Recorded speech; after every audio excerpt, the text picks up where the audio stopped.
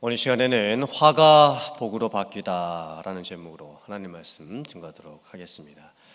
앞에 있는 화면을 한번 봐주시겠습니까? 물이 흐르는 곳에 돌을 넣어서 건너가게 만든 다리를 무슨 다리라고 하지요? 징검다리라고 합니다. 여러분들 징검다리 건너보셨습니까? 저도 어렸을 때 외할머니 댁에 가면 그 마을 한가운데로 시냇가가 흘렀습니다. 그리고 양쪽을 건널 수 있는 다리는 마을에 2개밖에 없었습니다. 그래서 저쪽 위에 개울부터 이 아래쪽 개울까지 돌을 놓아가지고 건너게 해놓은 징검다리가 몇 개가 있었습니다.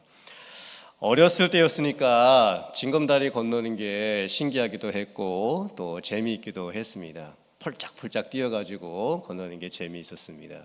그러다가 또 미끄러져가지고 개울에 빠진 적도 몇 번 있었습니다. 사진에 보이는 저 징검다리는 서울에 있는 도봉구와 노원구를 연결해주는 징검다리입니다. 상당히 개천폭이 넓습니다. 그래도 건널 수 있는 것은 다리를 이렇게 돌을 상당히 크고 넓은 돌들로 이렇게 만들어 놓았습니다. 또 간격도 촘촘하게 만들어 놓은 것 같습니다. 자, 다음 사진 한번 봐주시길 바랍니다. 이 징검다리는 경남 거창군에 있는 징검다리인데 자세하게 보시면 상당히 무섭습니다. 저 징검다리 반대편은 큰 이제 강으로 연결이 되는 겁니다. 그러니까 낙차가 있는 곳 바로 앞에다가 징검다리를 만들어 놨죠. 그리고 돌과 돌 사이도 좀 넓습니다. 그런데 아이들 몇 명이 지금 징검다리를 아무렇지도 않게 폴짝폴짝 뛰어가지고 지금 건너가고 있습니다. 근데 제가 저 아이들 부모님이라면 아마 저 징검다리는 못 건너게 했을 것 같습니다. 눈으로 봐도 이제 상당히 위험해 보이는 다리입니다. 여러분들이시라면 저런 징검다리 건너실 수 있겠습니까? 아니요. 자, 징검다리가 거침돌일까요? 디딤돌일까요? 다시 한번, 징검다리가 거침돌일까요? 디딤돌일까요? 거침돌이라고 하는 의미가 뭐지요? 거치게 하는 돌, 즉 나를 힘들게 하고 어렵게 하고 막아서는 돌이라는 의미지요. 어떻게 보면 징검다리를 거침돌이라고 할 수도 있을 겁니다. 왜냐하면 징검다리를 건너는 게 편하지는 않죠. 그리고 마음에 좀 걱정도 됩니다. 위험 부담도 있고 잘못하면 물에 빠질 수도 있죠. 그래서 징검다리를 어떻게 생각하면 거침돌이라고 생각할 수도 있습니다. 하지만 징검다리는 디딤돌입니다. 딛고 다음 돌로 건너가라고 만든 돌이지요. 위험해 보이기는 하지만 충분히 건널 수 있습니다. 그리고 딛고 다음 다리로 건너가고 또 다음 다리로 건너가게 해 놓은 겁니다. 어떻게 보면 우리의 인생이 징검다리를 건너는 것 같은 것 같습니다. 우리가 어쩔 때는 징검다리 한 돌 위에 이렇게 서게 될 때가 있죠. 그리고 다음 징검다리로 뛰어서 건너가려고 하는데 도저히 용기가 나지가 않습니다. 정말 내가 처한 이 상황 속에서 이것을 뛰어넘고 내가 다음 상황으로 갈 수 있을까? 너무나 걱정과 염려가 많이 되는 그런 상황을 맞이할 때가 있습니다. 전화위복이라는 말이 있죠. 우리가 인생을 살아가다가 보면, 또 신앙생활을 하다가 보면 어려운 일 생기고 문제가 생기고 또 너무 힘들고 걱정도 되고 막 큰일이 난 것 같고 막 죽을 것만 같은 그런 화를 당한 것과 같은 그런 느낌이 들 때가 있습니다. 그런데 전화위복이 뭐죠? 처음에는 그렇게 내가 화를 당할 줄 알았는데, 당한 것만 같았는데 오히려 그 문제가 극적으로 해결이 되면서 그 화가 복으로 바뀐 겁니다. 어쩌면 징검다리를 건넌다는 게 그런 의미겠지요. 징검다리 돌 하나 위에 서 있는 것은 화를 당한 것 같은 그런 상황입니다. 멈춰서 버리는 거지요. 다음 돌로 내가 점프해서 갈 수 있을까 걱정이 많이 되지요. 그런데 한 돌 건너가면 그게 전화위복이 되는 겁니다. 그래서 그 다음으로 계속 건너갈 수가 있습니다. 그렇다면 우리의 신앙의 여정은 어떨까요? 우리의 구원의 여정 가운데에, 우리가 걸어가는 믿음의 길 가운데에 정말 힘든 문제가 생기고 어려운 일들을 만나고, 또 때로는 하나님께 아무리 기도를 해도 하나님께서 들어주시지 않는 것 같고, 심지어는 하나님께 실망하고 낙심하게 될 때도 있습니다. 정말 하나님이 나에게 왜 이러신 걸까? 정말 하나님이 계시다면 어떻게 나한테 이러실 수가 있을까? 그렇게 하나님께 원망이 나오고 또 불평이 생기게 될 때도 있는 겁니다. 그때 우리는 하나님께서 모든 것을 주관해 주심으로 화를 복으로 바꿔주신 분이라는 믿음을 가질 수 있어야 됩니다. 하나님께서 우리에게 돌을 계속 하나씩 놓아주시는 거죠. 어떨 때는 정말 마지막 돌에 내가 놓여져 있는 것 같이 느껴질 때가 있습니다. 더 이상 앞에 돌이 없는 거예요. 뛸 돌도 없습니다. 그런데 하나님께서 정말 극적인 방법으로 내 인생 가운데 돌 하나를 또 놔주시는 거예요. 그런데 너무 편한 돌을 놔주시지는 않습니다. 정말 위태롭게 보이는 돌, 내가 저기로 뛰어갈 수 있을까 믿음으로 건너야 하는 그 돌을 우리 인생 가운데, 신앙의 여정 가운데 놓아주시죠. 어쩌면 우리 인생이라고 하는 것은 그 징검다리를 하나님께서 계속 하나씩 놓아주시는 것과 같습니다. 우리가 죽는 그날까지, 우리가 천국 가는 그날까지 하나님께서 계속 우리의 인생 가운데에 징검다리의 돌을 놓아주시고 화를 복으로 바꿔주시는 것이죠. 오늘 에스더서 8장에 정확하게 그 내용이 나오고 있습니다. 하나님께서 어떻게 에스더 모르드게 유대인들에게 화를 변하게 하셔서 복이 되게 해주시는지 그 내용이 나오고 있습니다. 지난 시간에 살펴본 것처럼 대적자 하만이 처형을 당했습니다. 죽임을 당했지요. 그러나 문제는 여전히 남아 있었습니다. 하만이 죽기 전에 악한 꾀를 내었고 또 왕까지 설득을 해가지고 왕의 명령으로 인해서 페르시아 전역에 행정명령이 내려져 있는 상태입니다. 12월 13일이 되면 유대인들 남녀노소가 다 죽임을 당하게 되는 왕의 명령이 행정명령으로 내려져 있습니다. 지금 에스더가 이 일을 해결을 해야 되는 상황입니다. 그런데 이 일을 해결하는 게 참 쉽지가 않습니다. 에스더가 마음의 작정을 하고 다시 한번 왕 앞에 나아갑니다. 왕의 발 앞에 엎드려서 울면서 왕에게 간청을 합니다. 그때 왕이 에스더에게 지팡이 귤을 내밀어 주지요. 그때 에스더가 왕 앞에서 이제 일어섭니다. 그리고 이제 왕에게 뭔가 얘기를 해야 되는 거예요.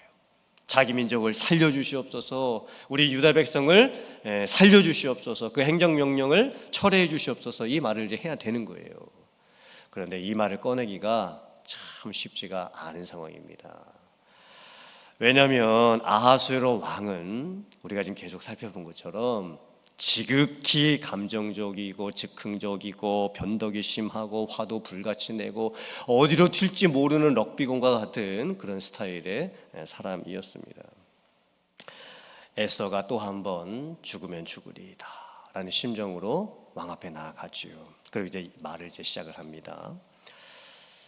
에스더가 처음에 이제 이렇게 말을 시작을 합니다.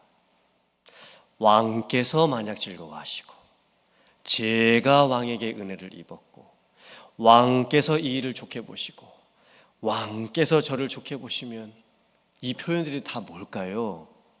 에스더가 이 아하수에로 왕 앞에서 얼마나 말을 꺼내기가 어려웠으면 왕께서 이 일을 좋아하신다면, 왕께서 저를 좋아하신다면, 왕께서 저에게 은혜를 베풀어 주셨다면, 계속 이렇게 하면서 왕의 마음을 지금 열려고 애를 쓰고 있는 상황입니다.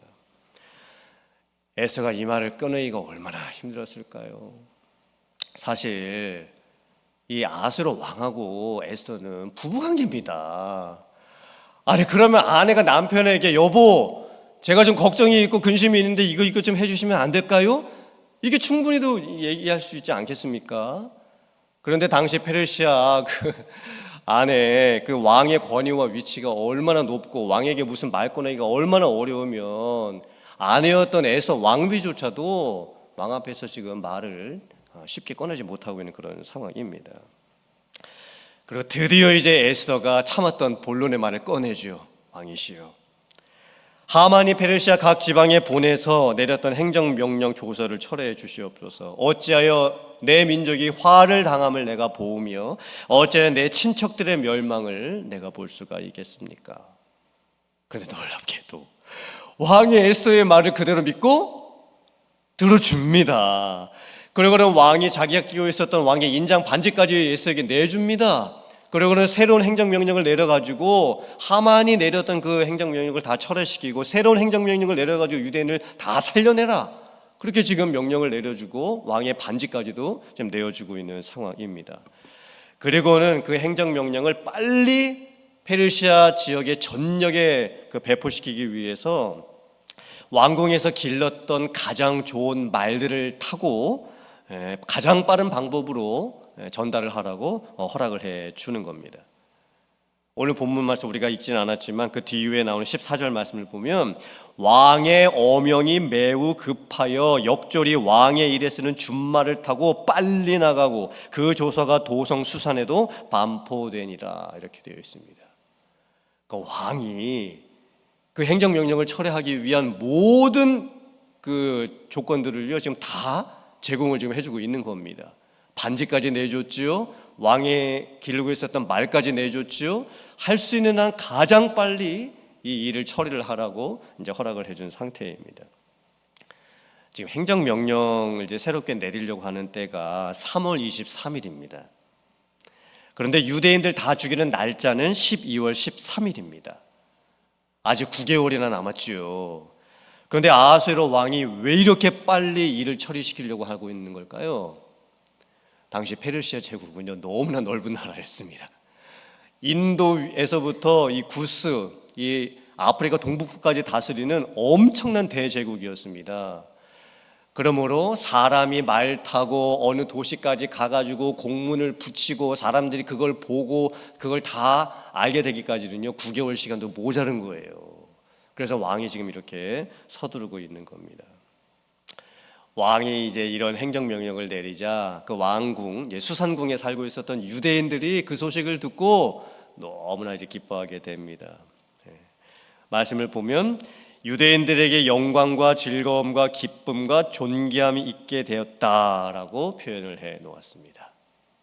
화가 바뀌어서 복이 됐지요. 전화위복이 된 상황입니다. 사실 이 상황은요 절대 쉽게 일어날 수 있는 일이 아닙니다. 에스더가 왕에게 그런 간청을 하는 일도 어려웠을 뿐더러 아하수에로 왕이 에스더의 말을 믿어주고 또 모든 행정명령을 그렇게 빨리 처리하도록 허락을 해주는 이 일들은요 그냥 쉽게 일어날 수 있는 일이 아닙니다. 하나님께서 그 모든 일의 배후에서 역사를 해 주신 거죠. 결국 하나님께서 하신 일입니다. 앞에는 화면 보시고 창세기 50장 20절 말씀 같이 봉독해 보겠습니다. 시작. 당신들은